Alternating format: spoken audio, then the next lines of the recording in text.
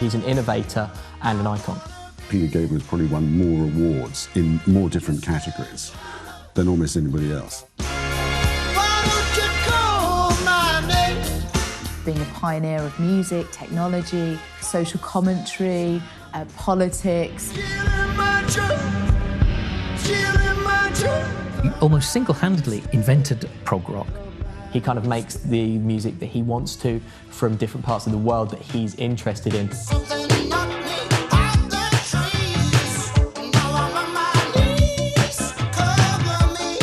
And he's done all this without selling out, while selling a lot of records.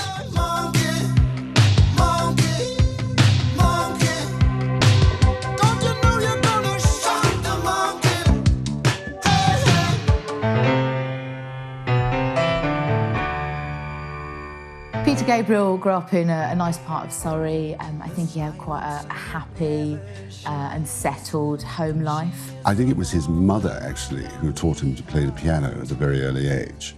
She was musically inclined. Peter Gabriel went to Charterhouse School, which is quite a fancy public school for boys. Well, Charterhouse was one of the great English public schools. It had been founded in 1611, and its job in the subsequent centuries had been to send people to the universities of Oxford and Cambridge. When Peter was at Charterhouse, he met the other members of Genesis, Tony Banks, Anthony Phillips, Mike Rutherford, Chris Stewart as well.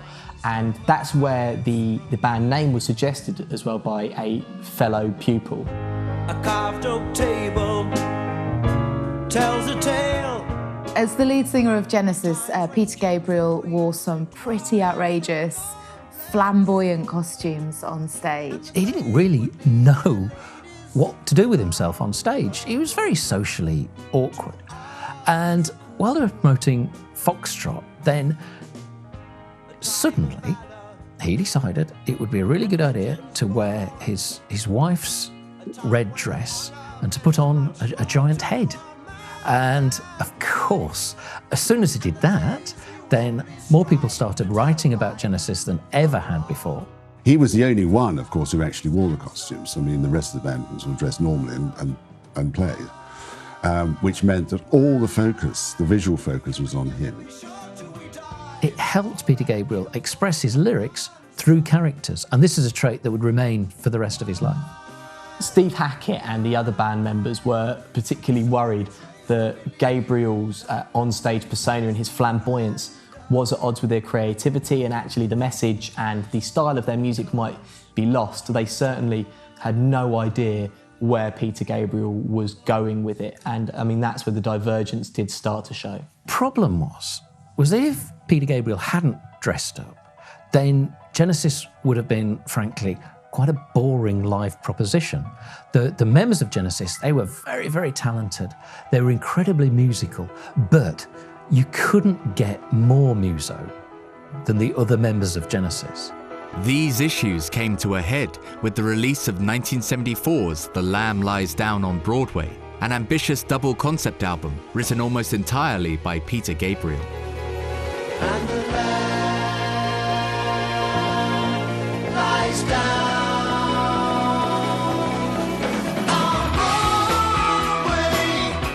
It was fraught with problems, not from the start, but as it evolved, because it was so much Peter's concept. The band had to kind of fit in around him in order to be able to make it work.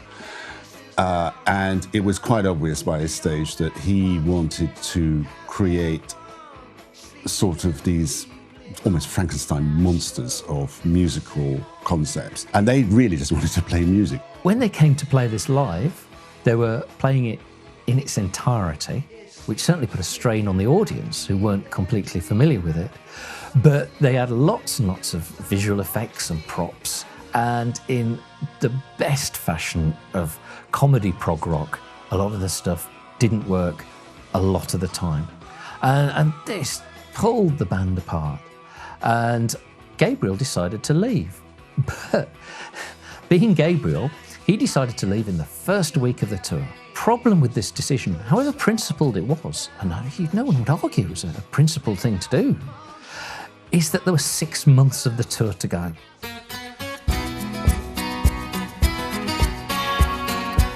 Peter Gabriel finished the rest of the tour, but left immediately after. In 1977, he released his self-titled solo album with a debut single that marked a change of direction. So the first single that Peter came up with when he left the band, Genesis, was Salisbury Hill, which was a wonderful single, actually. It's one of my favourites. Climbing up on Salisbury Hill, I could see the city light. Wind was blowing, time stood still. Eagle flew out of the night.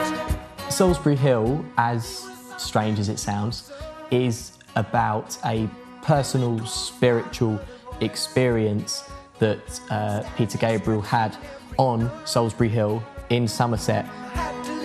In theory, although if you look at the lyrics, it's not that easy to tell. It was about him leaving Genesis. But I think that's always been a bit too simplistic. It was much more about his personal reawakening. It's the first time that he really gets to grips with his feelings about nature and his environment. It feeds into his art, actually. It feeds into his songwriting and subsequently has done so many times. 15, 20 years before Prince was to change his name to a symbol, Peter Gabriel was doing something incredibly abstract with his album releases. They were all nominally titled Peter Gabriel with the same typeface and were differentiated by the design on the album sleeve, that fans referred to them as different things, like Car and Scratch and things like that. What's fascinating about the albums, quite apart from what's in the music, it was the covers, which were all designed by the fantastically trendy design team Hypnosis. And I think what he was doing was he was simply carrying over his sense of personal theatre, which he'd been doing with live, into the cover art.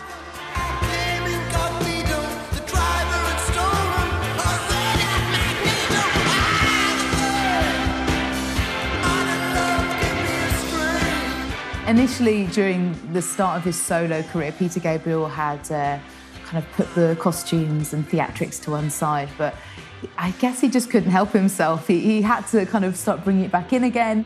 If you go and see a modern pop show, you see these incredible bombastic shows, and this was really a forerunner of that, making a concert more than just live music, making it an event and an experience. Peter Gabriel's third album was the first for him to really bring in his influence of world music. So there was a kind of change in sound there for what he was producing. He had its pop songs on it, such as Games Without Frontiers, but it was also an example of how keenly Peter Gabriel was experimenting with new sounds. There was that special echoey drum sound, played by his old chum Phil Collins sometimes. And there was a different kind of synthesizer sound too. And you'd see for the rest of the 80s how heavily and how sincerely that sound was copied by a host of other acts. There is an argument for saying that he invented the 80s sound. If looks could kill, they probably will. In games without frontiers, war without tears. Games without frontiers, war without tears. The songs Biko and Games Without Frontiers were also the start of his expression of feelings about human rights abuses. He'd always had a conscience, and he was a big follower of Amnesty International. September 77, Port Elizabeth, weather fine. And it concerned Stephen Biko, the activist who died in police custody, having been terribly beaten. Obviously, it would be a gross exaggeration to say that Biko brought down the apartheid system. It was responsible for helping create a climate of understanding about the horrors of that apartheid system. Biko and Games Without Frontiers started to bring Peter Gabriel his chart success. I mean, he'd never before broken into the top 5, which he managed to do in the UK. He was also in the top 50 in the US charts, and this is a real commercial breakthrough for an artist that, let's remember, is kind of abstract in what he does. In 1986, Peter Gabriel released So. The album was a departure from the experimental work of his self-titled series and moved into more commercial territory. I think the reason So was such a breakout hit for Peter Gabriel was it was just less experimental, it had more of a focus, and it was the first album that was really focused on being influenced by that kind of African sound, Brazilian sound as well. So was a huge commercial success. I think people finally caught up with him. One of the reasons for this is the way it was promoted through MTV. So was Peter Gabriel's international breakout album, charting at #1 in the UK and #2 in the US. I am complete. Your eyes see the doorway. Without you could have a steam train if you just lay down your tracks. I think the key to it was probably Sledgehammer. And the Sledgehammer video, which was partially done by the people responsible for Wallace and Gromit, it won 9 MTV Video Awards. It changed the game. It changed the game for video, and it changed the game for Peter Gabriel.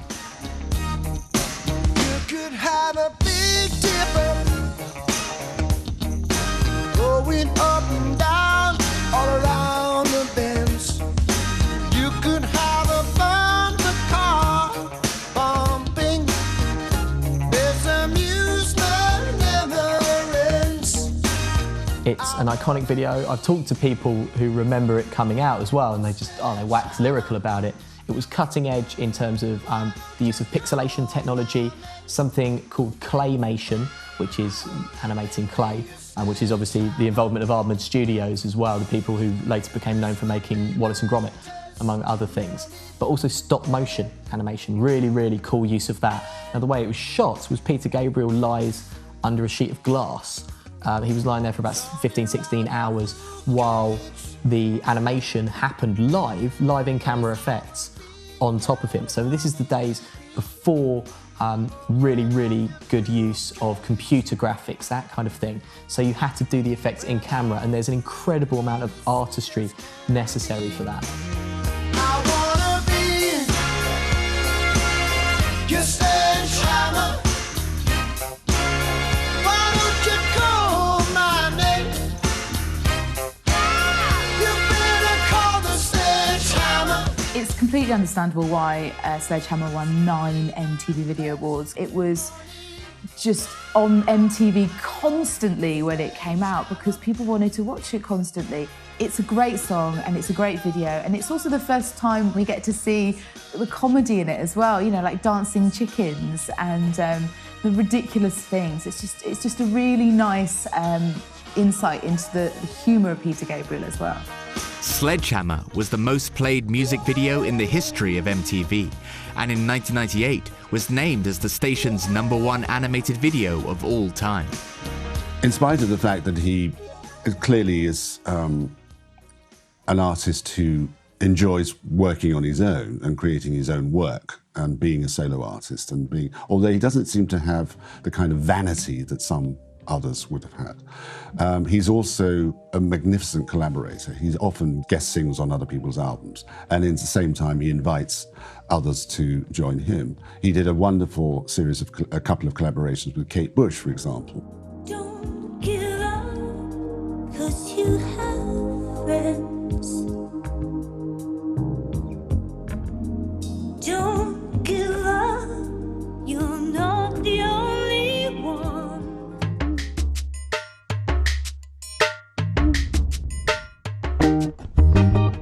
Between 1980 and 1982, Peter Gabriel had began to proselytise for world music, and he was unquestionably the first mainstream serious pop star to do this.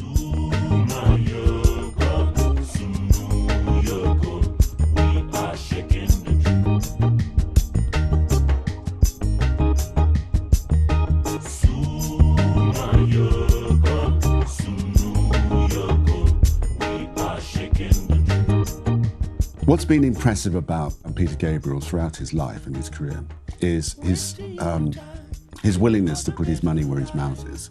He's not just someone who will stand up on a soapbox and start shouting. He will actually do something about it, as far as it is possible for him to do. And the first thing he did when he started getting involved in world music was actually to create a record label. At this point, he formed WOMAD, which is World of Music, Arts and Dance, and this is all part of him trying to give a platform to music that you just wouldn't hear in the mainstream. It's your day, Woman's Day. Peter Gabriel released Us in 1992, and it is seen as being quite a personal album. On it, he talks about the failure of his first marriage and how he feels like he's growing distant from his child as well. So it's sort of obviously like, you know, a reflection of how he was feeling at that time, and it is very personal themes. Something in me, dark and sticky. All the time it's getting strong. Around the time of Us, he just got divorced from his wife Jill, and he'd taken up with the actress Rosanna Arquette. Now, Jill had been a very close collaborator. She'd co-wrote some of his early solo material, and she'd appeared on some of his albums. So she wasn't just the little wife at home.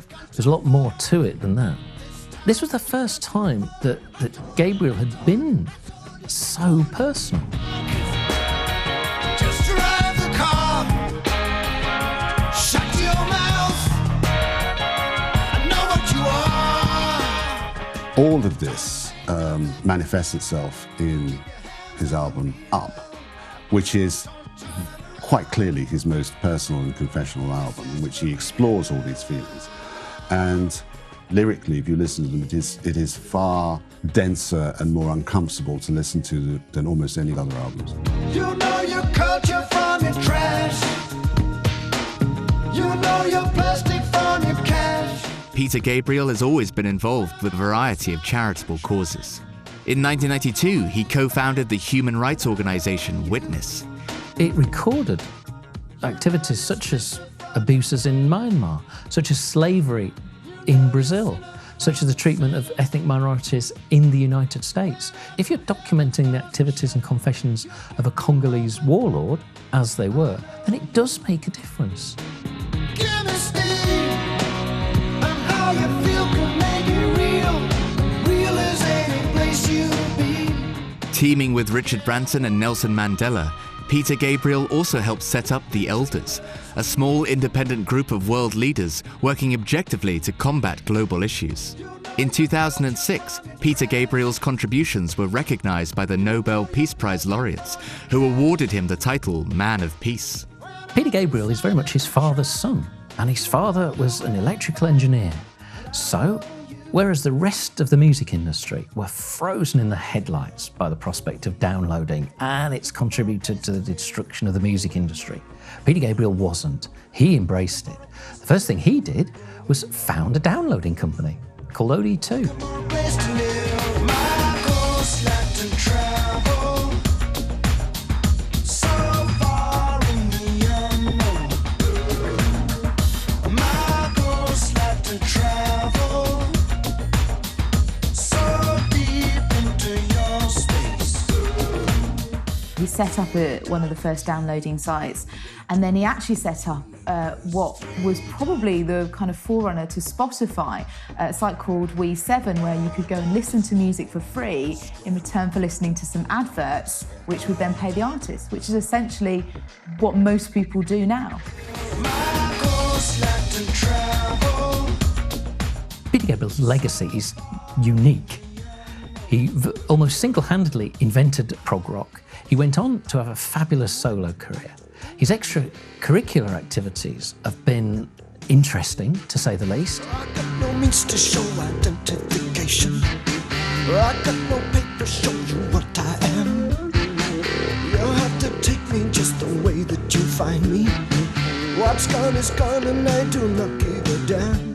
I think Peter Gabriel was definitely an influence on the next generation of philanthropic rock stars, the likes of Sting with his Rainforest campaign, of course Bob Geldof with the Live Aid. You know, all those things came after what Peter Gabriel first started. I don't remember, I don't recall.